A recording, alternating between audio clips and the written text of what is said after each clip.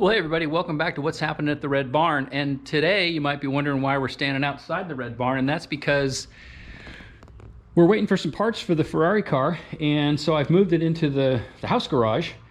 And today we got a fun episode, and that is I'm going to introduce you to a new car, another car, the LS car, and we're going to get to see a little video of world-famous race car driver Randy Pobst, world-famous race car driver and overall super cool guy Randy Pobst, driving my LS car at an autocross at Sears Point Raceway, well, Sonoma Raceway.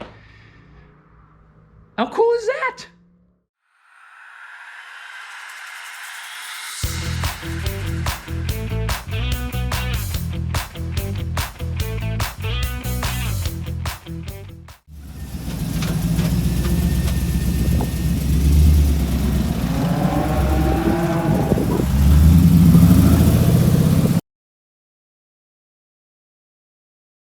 My LS car. So this is a build I've been working on for, oh gosh, I don't know, 6+ years. I started it when I was still working prior to retirement. So it was just a weekends and holidays kind of a build. And I got serious about it about 3 years ago when I retired and really started making some progress. It's a runner. It's got about 2,500 miles on it. And I figured I'd just give you a kind of a quick walk around of a couple of the key features. So there's some unusual stuff. Let's just start back here. This hinge is a hood hinge assembly off of a 1991 Buick LeSabre. And the reason I like it is because it just allows you to, stand next to the car, which is mostly where people see it, and you kind of get a full view of everything. So what's going on here? Mostly stock, in fact, totally stock LS3 out of a 2015 Camaro.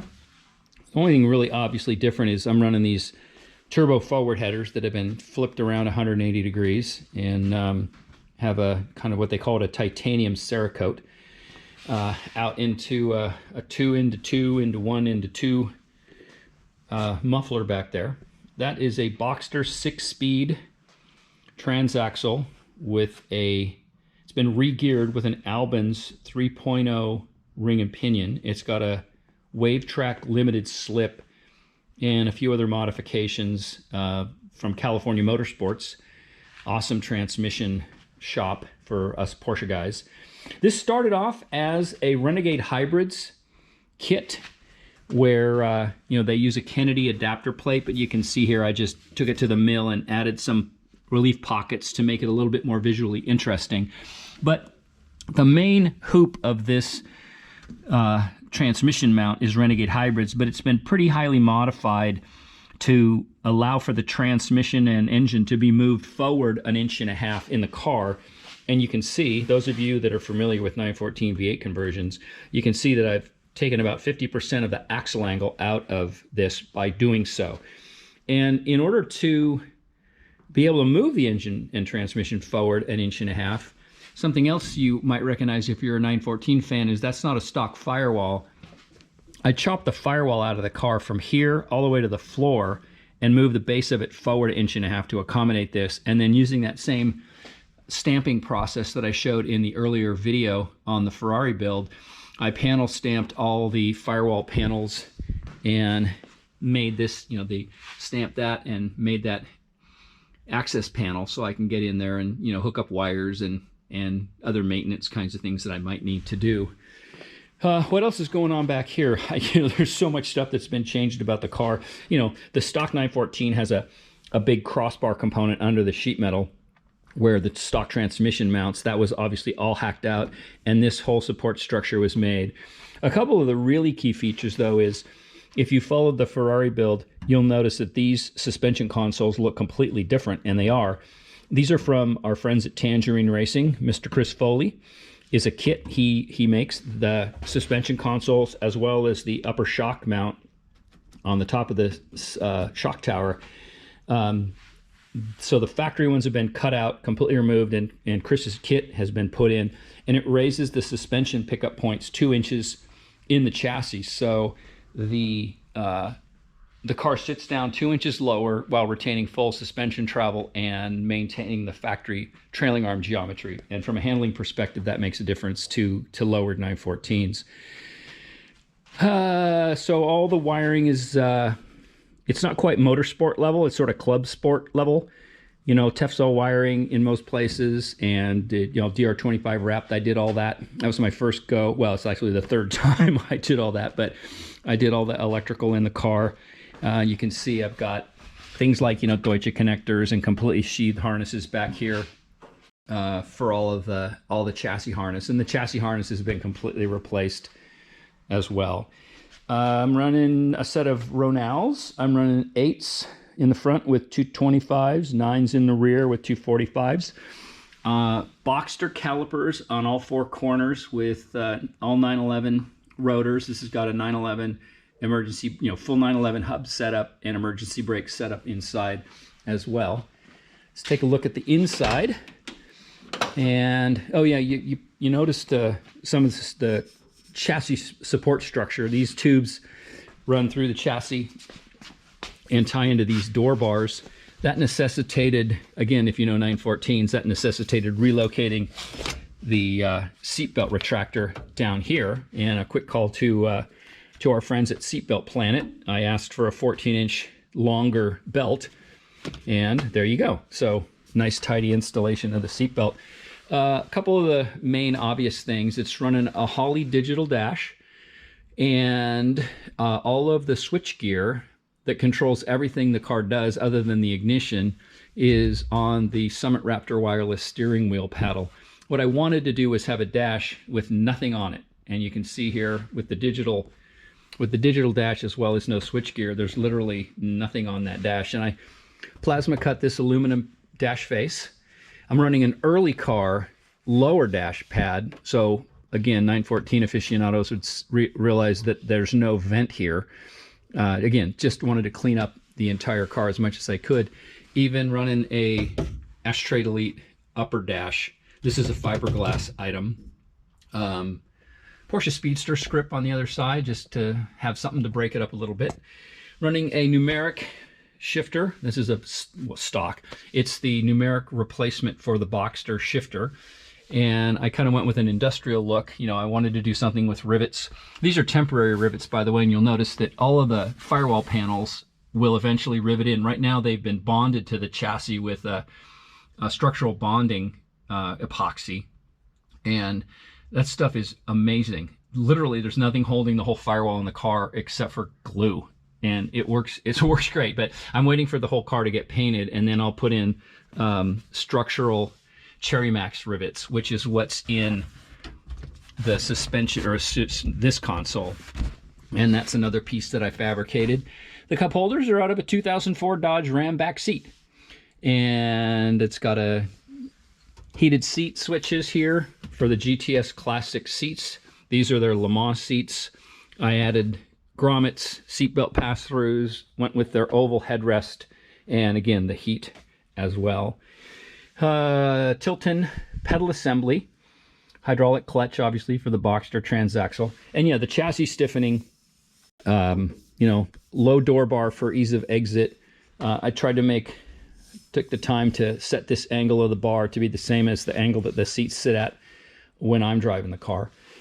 So, you know, little hidden style points. And obviously the interior is still a work in process. I'm just playing with ideas for something that breaks up the 914 door cards. You can see over there that this aluminum panel is tied into the shape of the door bars when the doors are closed.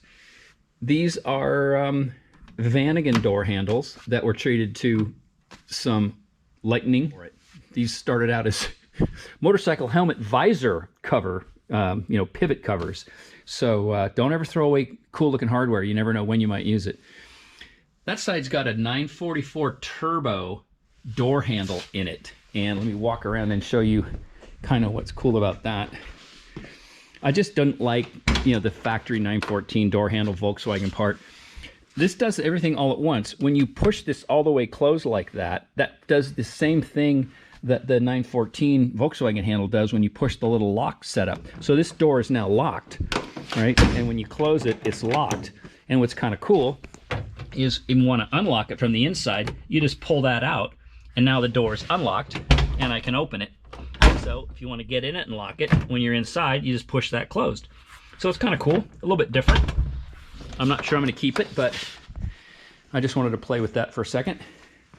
Pardon the mess. The carpet's not even, you know, set up yet, but you get the idea. I fabricated these panels. This footrest panel, you kind of can't see back there, but there's a ECU Master PMU that's handling most of the responsibilities for the fuses and relays, and then this other unit back here is the receiver for the wireless steering wheel paddle. And under here is the Holley Dominator that is the engine ECU.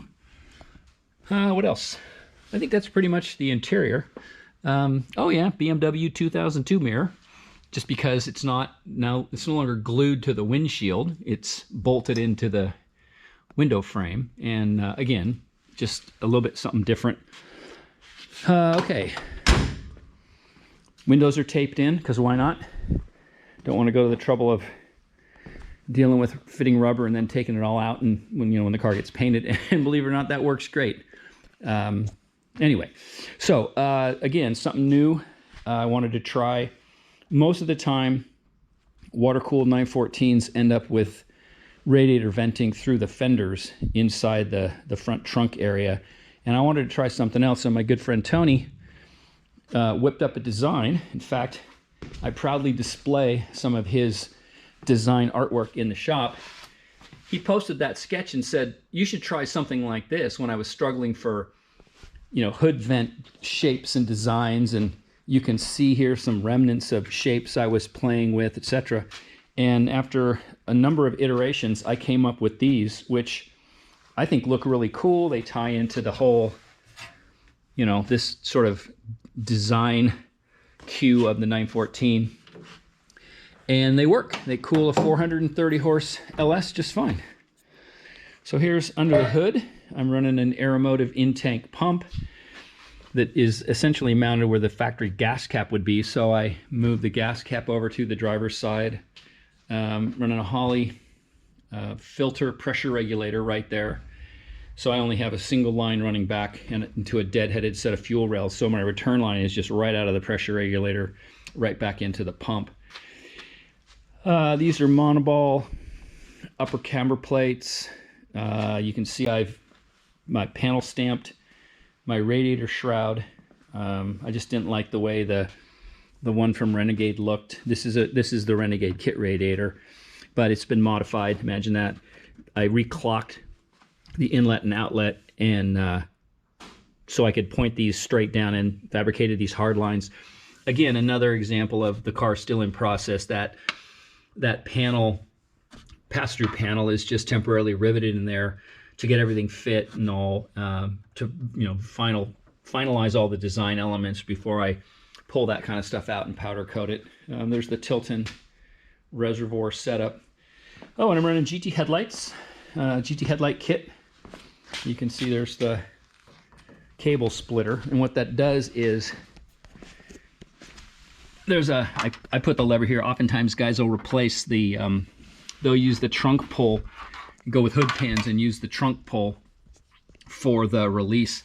But I found a little $10 Amazon trunk or a hood release, and you just pull that lever from inside the car, and that releases this clip on both sides, and headlights pop up. And then just like the Le Mans cars, these guys would pull into the pits when the sun came up, and the mechanics just reach down and physically close those, and you lose the electric headlight motors, which is, I don't know, 10 pounds a side, maybe total of 15 or 20 pounds. I'm not sure exactly what the weight is. This is more for style points.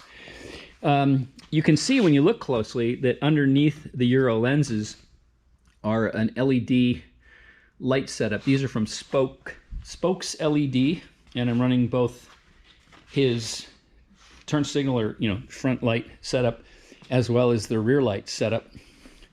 So if I come around here and close things up, and this is just a little quick latch setup that I have, that I wanted to be able to do a one button, but I didn't want the factory bracketry that came up here to pick up the the normal 914 engine lid latch. So that's a little bit tidier. I like it. And then close this up. I perforated, this car was in an accident when I bought it. It had been hit in this corner, and this panel back here was all gacked up, plus the guy had run a 911 reflector, so there were a bunch of holes in it. And rather than fix it, I cheaped out and thought, well, I've got this element of rivets and the front grille, and I wanted something else to look a little different on the car. So I perforated this panel, and I just cut that panel out and then made this cover plate. This is the same as the engine grille, so there's a little bit of cohesiveness there.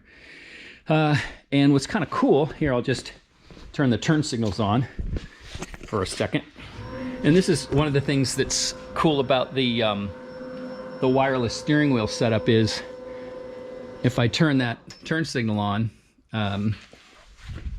it's programmable. I haven't gotten to this part of it, but I can program it so that like a single click, or a quick click, it runs 4 times, blinks 4 or 5 times. I can program it, and then if I hold it down longer, it'll blink until I turn it off. Right now, it's just in the blink forever. But here's what's kind of cool. I'm not running Euro lenses back here. I have a set, but I haven't put them on. But you're seeing all red, but spokes LEDs can be ordered with an orange set of LEDs under it. So with no lights going, it looks like regular US version, but when you turn the turn signals on, you get the orange flash, which I think is just totally cool.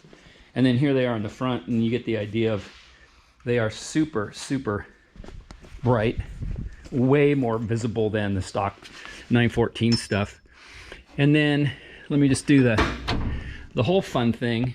The PMU, again, the power management unit, is programmable, and I wanted everything, again, no switchgear anywhere. So the way that the lighting system works is if I hold this light button down for more than 2 seconds, the headlights come on.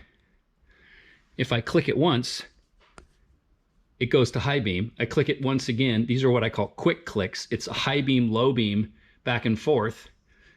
And then if I hold it down for more than 2 seconds, the lights go off. So it's all headlight functions, one button control, and the future plans will do the same thing for the windshield wipers and for the heater fan, right? But anyway, so I think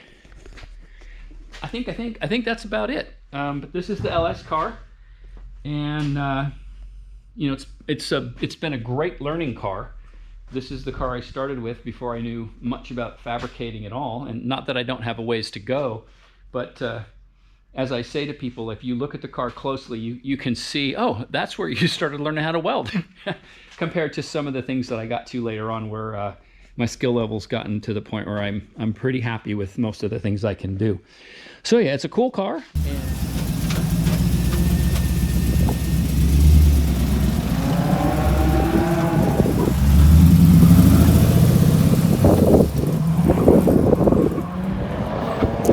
That's Randy Pobst driving the LS car.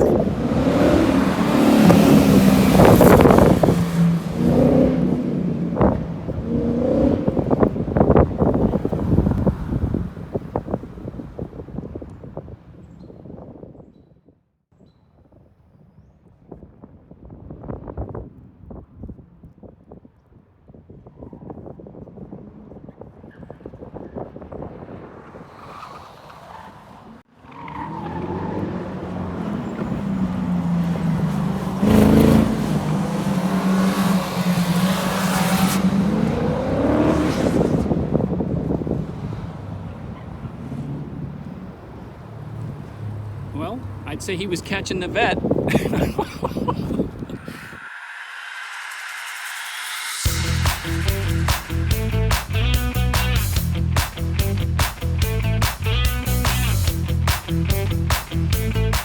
But there you go, the LS car.